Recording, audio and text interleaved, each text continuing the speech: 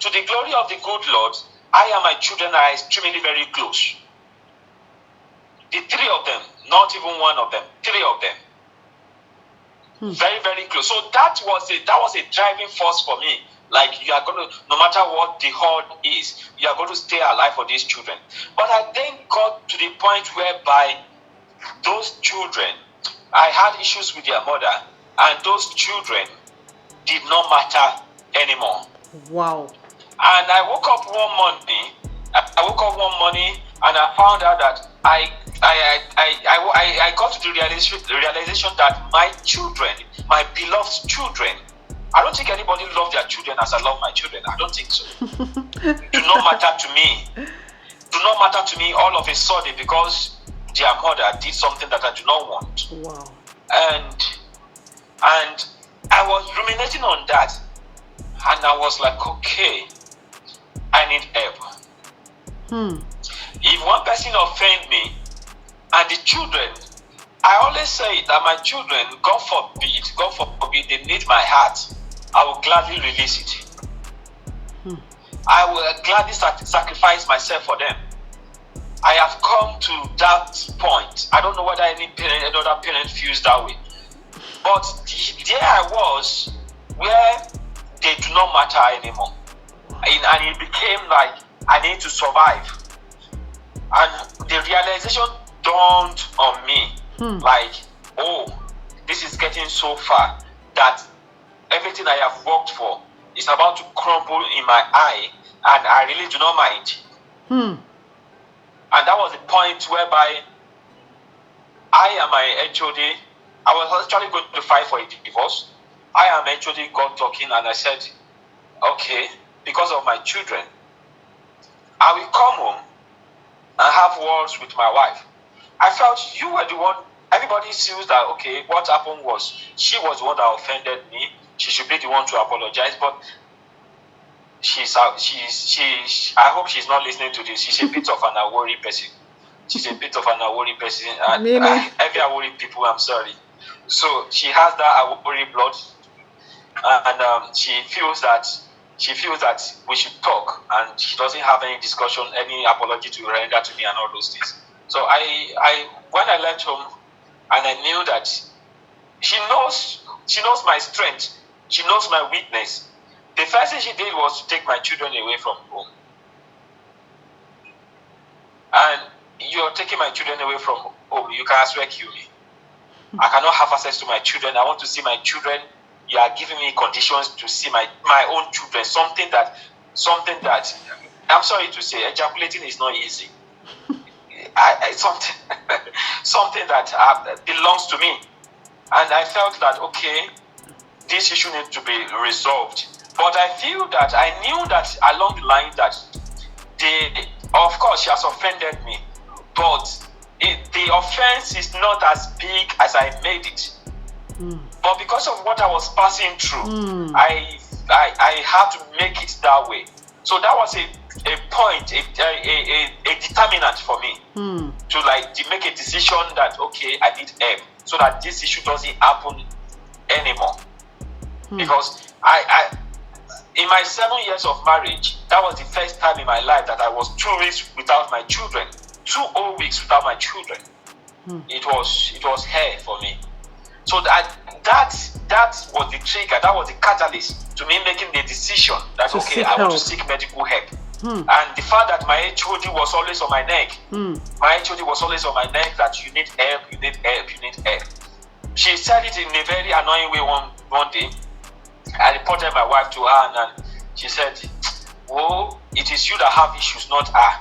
And I was like, seriously? Somebody did this? Of course, she knew that what she did was wrong.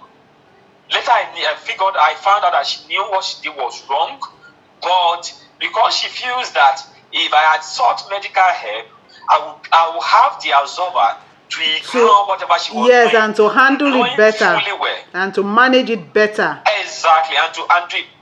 Exactly. And you know the funny thing, I don't want to bring Christianity or religion into this.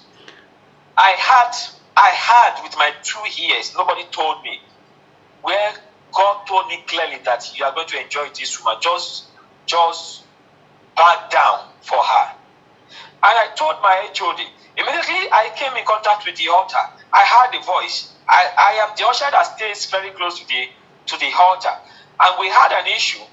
And I already told the pastor that the pastor should not get involved, the church should not get involved, and the church, my wife went to report to the church, and I said they should not get involved, that I'm going to handle it my way.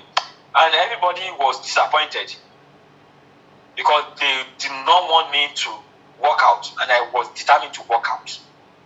And I had that voice, back down and see what is going to happen to you in this marriage. Coincidentally, my wife sent me a message to say that to apologize and tell me that whatever she's doing now in the future, she will become a better woman for me. But I said no, I'm not backing down. Then I had that voice in my head: back out, back down, submit, and let her leave everything to me, and I will handle it for you. Immediately I heard that voice, I ran away from the church. My HOD being alert, she noticed, and she entered the vestry with me. Immediately she entered the vestry with me, she met me, and she was like, what is the issue? I told her what I just had. She said, well, if you have had that, then what are you waiting for? So she kept that information ever since I told her.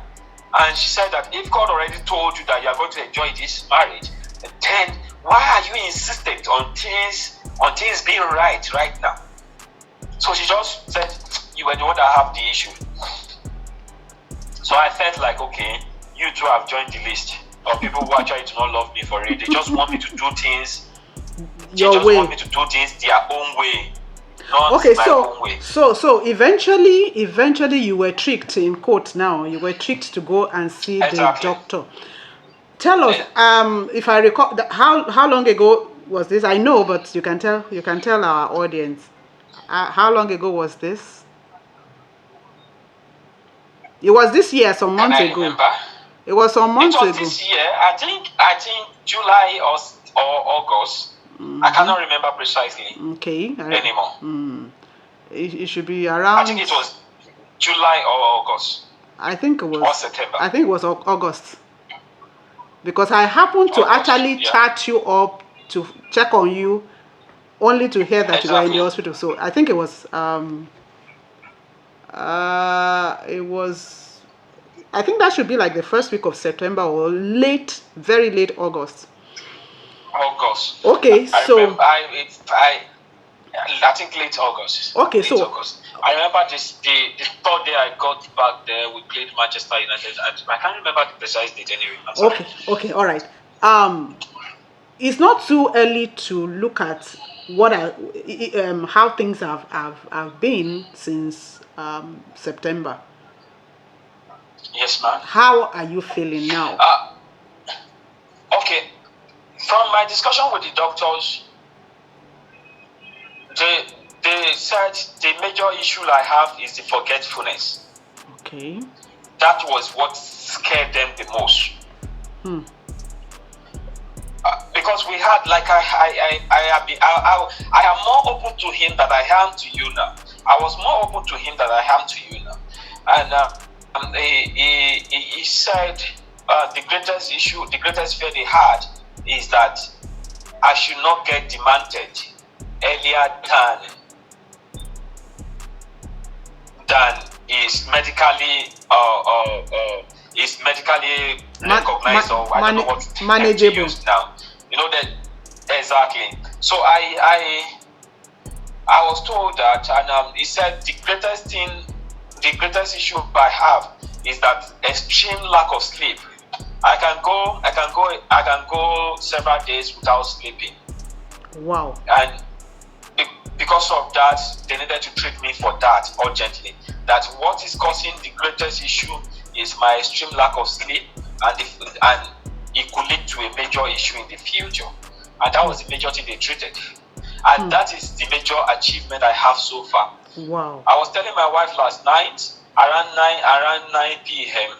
that I wanted to go to bed. Wow.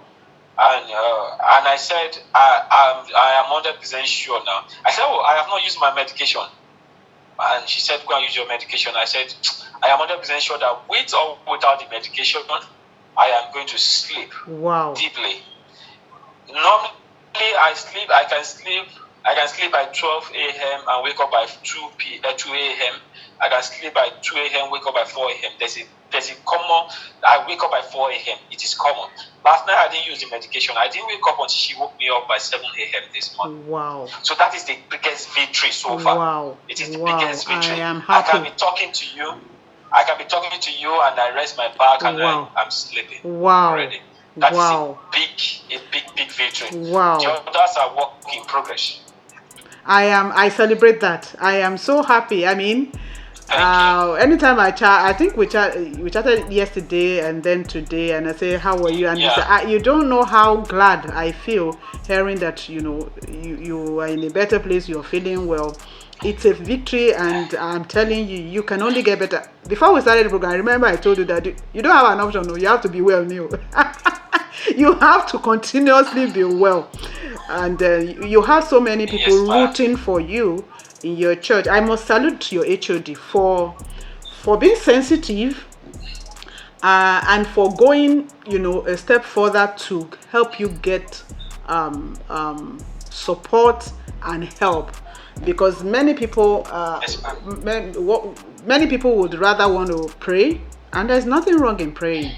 Many people will see it as a spiritual attack and would rather want to pray and fast instead of going a bit further to add to praying and fasting to seek medical help. I also know that, so you haven't told me, but so you are comfortable now. If anybody talk about psychiatry or psychiatrist or psychiatric hospital, you don't feel bad about it. You don't feel like someone is saying anything. I mean, even if it's a joke, you don't feel anything in terms of stigma. I feel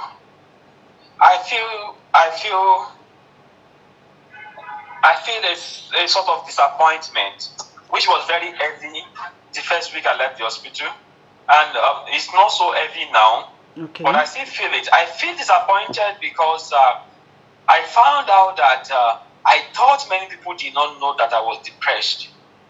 Okay. But people actually knew. They were scared to come near me. So the moment I went to the hospital, they all rallied around me. Wow. And it was like, we did not know how to tell you. Take a moment. Take a moment. Take a moment. Take a moment.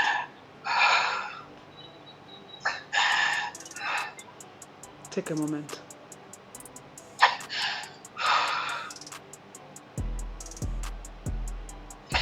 I found out that people actually knew more than I thought. So I felt disappointed that probably if I had opened up, things would not have. My marriage has been here, and it all boiled down to the fact that I tend to live in a bubble. I expect things to be perfect and all those things. All these things would probably have not have happened if I had. I remember when there was an issue. There was an issue some 4 years ago with my wife. It was actually a very big issue. And my pastor came around and he was like, if this issue must be resolved, I must sign an agreement that I will go to the psychiatric hospital. And I was like, bullshit. Like, are you? Is it because I submit myself to your mentorship? Is it because I submit myself? Can you talk to your younger brother that way? Because I was very angry. I didn't tell him I was angry, but I was very angry. I didn't say anything to him. He just told me that I should apologize to my in-laws, and I said no, I was not going to apologize because I was offended. Everybody knew, yes, something happened that I'm not going to disclose here. What my mother-in-law did should not be done. But there I was, and they were telling me I should apologize to somebody who offended me. So I felt I was not going to apologize. So when he now said that I needed psychiatric evaluation, was like, seriously? Will you talk to your younger brother that way? So I got angry. So along the line, I found out that although it was harsh, it was very, very harsh. But it was right. But it was right. It was right.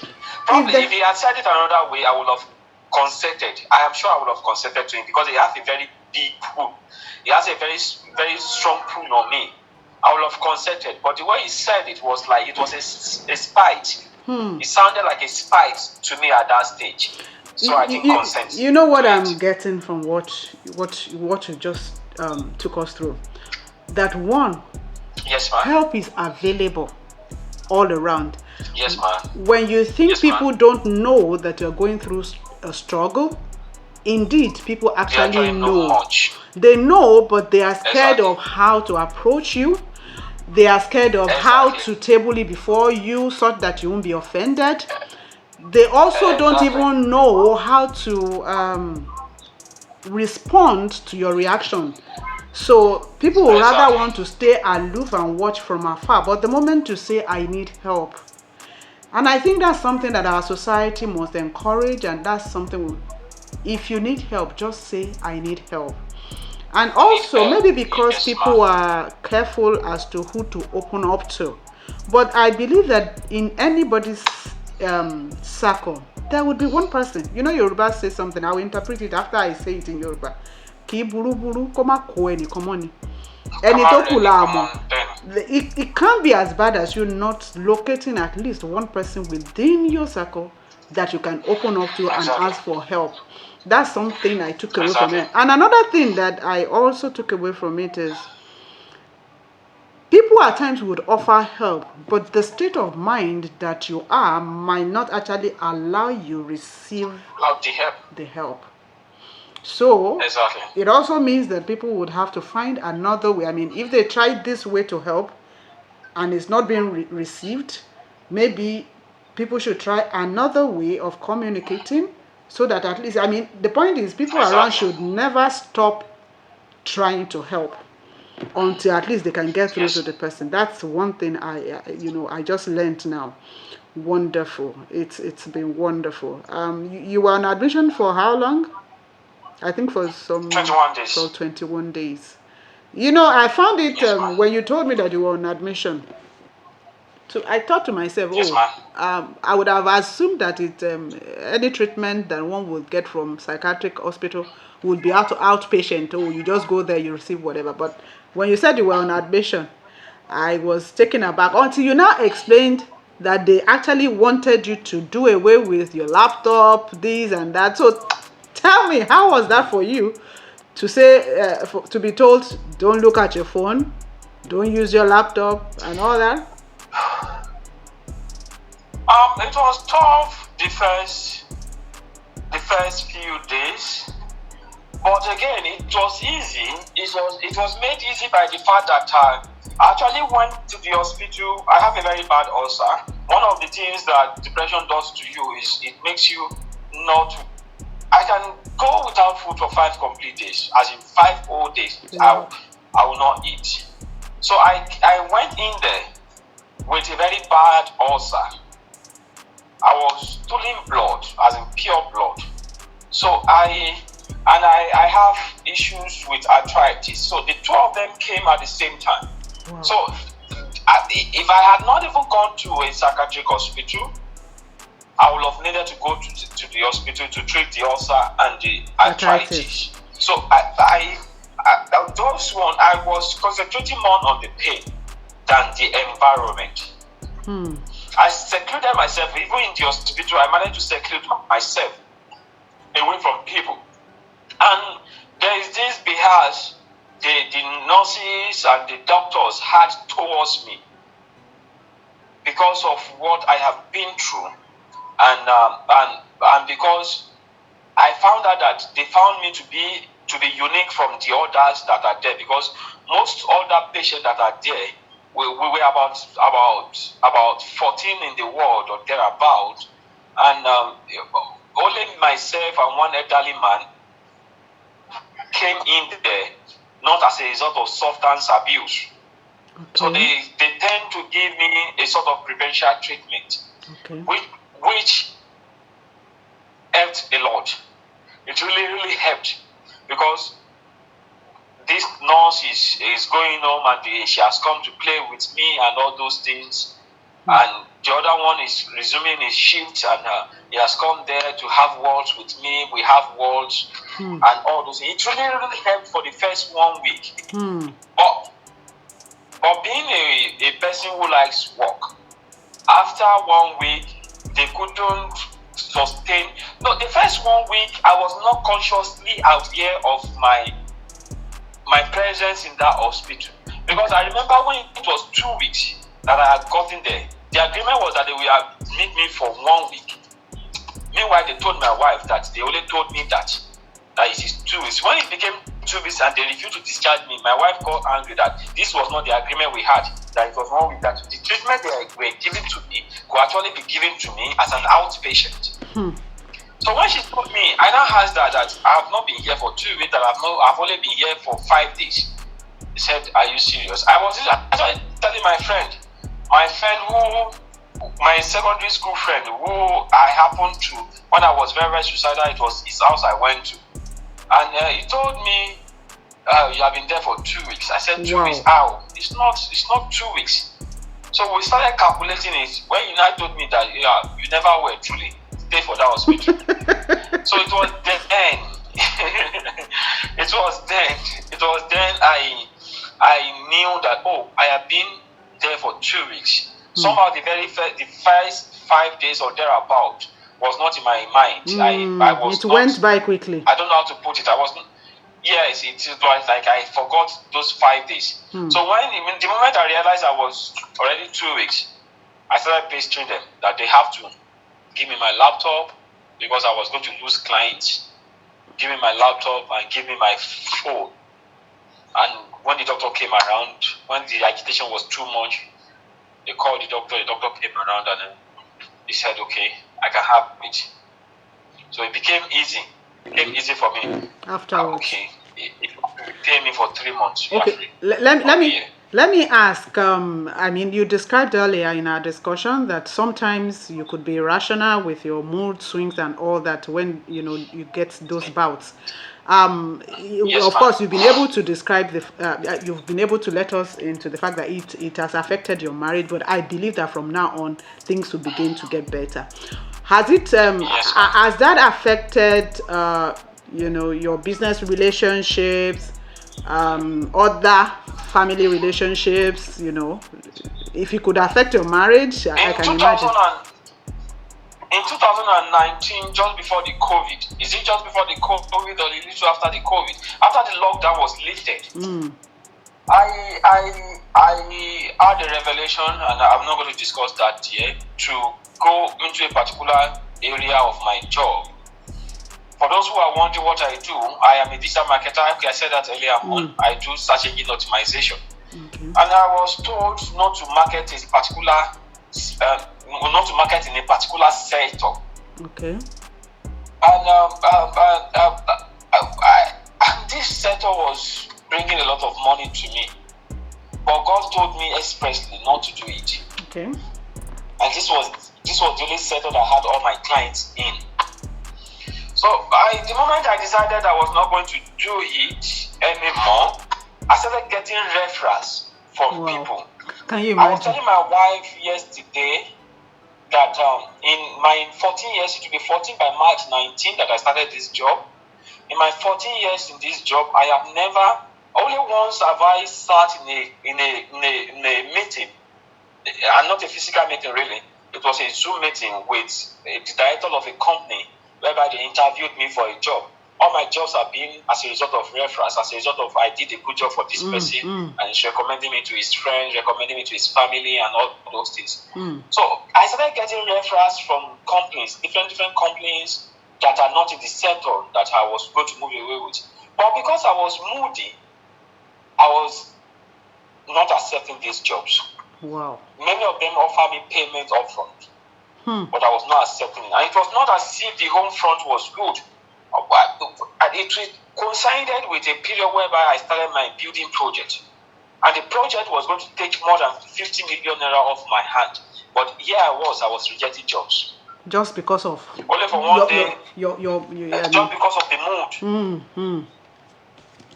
Only for one day for my pastor to call me and tell me that his wife told him that God told her this, and I was like, God told, don't prophesy to me. Don't come and tell me you see vision. I am a Christian. I believe in Christianity, but I also believe that the Bible says that in part we sin and in part we prophesy. But there are times that the Bible also said, from the mouth of the multitude, the truth is established. Mm-hmm. So I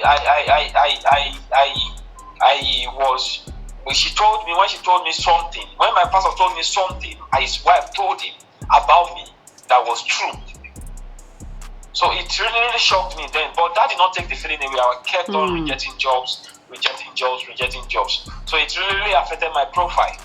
Like, I would write to companies that have rejected their jobs in the past, and they don't even bother to reply anymore. So it really affected my business, and it affected my friendship with my childhood friend, a friend I have known from way back in 2000.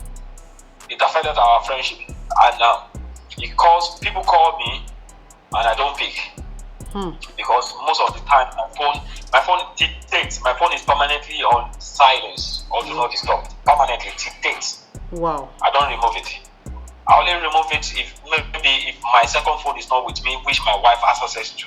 My wife and very few people have access to that number. If that phone is not with me, I turn off the do not disturb. So it's the fact that I was always having mood issues affected my friendship with people.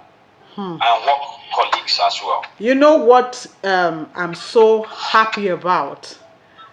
That yes, ma'am. Things are changing, and you know the way God does things. God will so restore you. Yes, ma'am. He will so restore you and those relationships, and even your marriage, that you have a good story to tell. We'll still would have another part, and is it part 2 of this, where we would look at how things are looking up for you. I'm positive. No problem. I am so positive. No problem. I'm positive that help has come, and I'm positive that your restoration has begun, and that restoration will be so rapid, and God will speed things up. I think there is a purpose for you going through this route. There's a purpose for you going through this struggle. Many will listen. Many will watch this and will be encouraged to open up, to seek help, to accept help, and even to help people around. I believe that even pastors would listen, and then they will now begin to see, so we can help this person. This person can be offered support and all that. This would actually help a lot of people, and I'm positive that your purpose, the reason why you were created, and the reason why you went through all you went through, is just about to unfold. Really, it's just about to unfold. Are you looking forward to? I know one of the reasons why you agreed to granting me this interview was you said I want to help others. So do you have a picture in your head already about how you intend to help others who are going through depression? If you don't have, no problem. But in case you have, maybe you can share. My going to the hospital opened my eyes to something that I never knew existed. A friend of mine told me that I live in Nigeria as though I am not in Nigeria.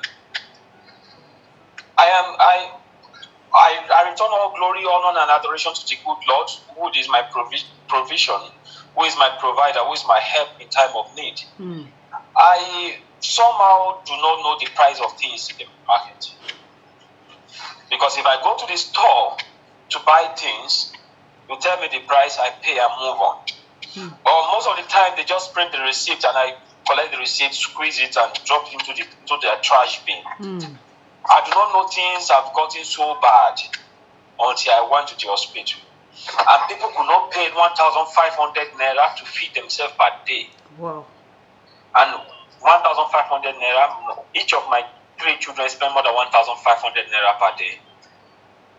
And that really spurred me to okay, people could actually get depressed as a result of not having. True. And I had a story of a woman who left the hospital, who left the same psychiatric hospital 3 days after I got in there, and only for her to get home and commit suicide. Because Wow. the school. Wow. Wow. Because the school of the daughter requested for money. Wow. No, it was that week. It was that week school resumed. Yes, September. And she could not pay the school fees of the children. Wow. And she just dropped the children somewhere and went and committed suicide. So the world was moody that particular day, and I made up my mind that every time I will be paying the school fees of some children, and I started it with the help of my HOD. She's a social worker, so she has a lot of people, and we were able to do that last time. It really gladdened me, and it made me feel better as well. So one of the areas I intend to help is paying school fees of children. I never knew things are so that bad. I somehow did not. I don't know how I did not get to know things are that bad that people cannot afford 1,500 naira to eat in a whole day. So that is one picture I have in my head. Some even elevating people. That 1,500 naira is even what feeds a whole family at times. A whole family feeds on 1,500 naira per day. They cook a big pot of soup with barely nothing, just get things put together, and with 1,500, a whole family, not even one person. Things are happening, and I'm happy that, you see, just as we've been saying, God has a way of actually leading you through your struggles, but leading you to purpose. He needed you to see something so that you can do something, and I'm happy. We are always in contact, so I would follow up with your project, and it will be my pleasure to actually showcase them on Mayokun MA. Not only to even showcase them, to also speak of how you are getting well, getting better, and advancing, and how you are fulfilling purpose, and doing things in every area that God has called you to. I'm so happy to have spoken with you today. I'm happy that you could open up to me. I don't take it for granted. Thank you for opening. You practically opened your life up to us. Thank you for that. I appreciate. You're welcome, madam. I appreciate. I'm sure would have another chat soon, so that we can talk about other areas, and people can learn from that. Thank you so much, Abayomi. Thank you. Thank you, You've madam. been a blessing.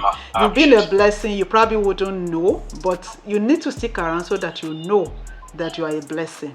And it's just starting. Amen. Thank you so much. Thank you, ma'am. My salute to your wife, especially. I'm sure you start rediscovering each other now that things are getting better. Exactly. And please give my regards also to your HOD. I salute her. One day I will meet her and speak with her. If need be, even bring her on Mayokun MA. She will come. She will be glad to come on this. I would love to have her. I would love to have her. And people really need to know that there is help available, and they can, they know how to also get help. I believe that there is a psychiatric hospital in almost all states. So in almost all states, you mentioned the one in Ibadan now, right? There is one in Lagos, the one in Yaba. I know there is one in Ogun State, the one in Aro. You understand? Yes, so that, but don't worry. When we bring her, she will be able to let us into how we can get help. Somebody is calling me. Let me cut it off. All right. Thank you so much, Abayomi again. Thank you so much for your time. God bless and keep you. Thank you, ma'am. Cause his face to shine upon you. May he restore your home. And may he continually increase you to do more. You will not die. You will live to fulfill purpose, to fulfill destiny, and to be a shining light in the name of Jesus. I prophesy peace to you. In Jesus' name. Amen. Thank you so much, bro. God bless you. And my regards to your girls, huh? All right, man. Thank you, man. All right. Take care now.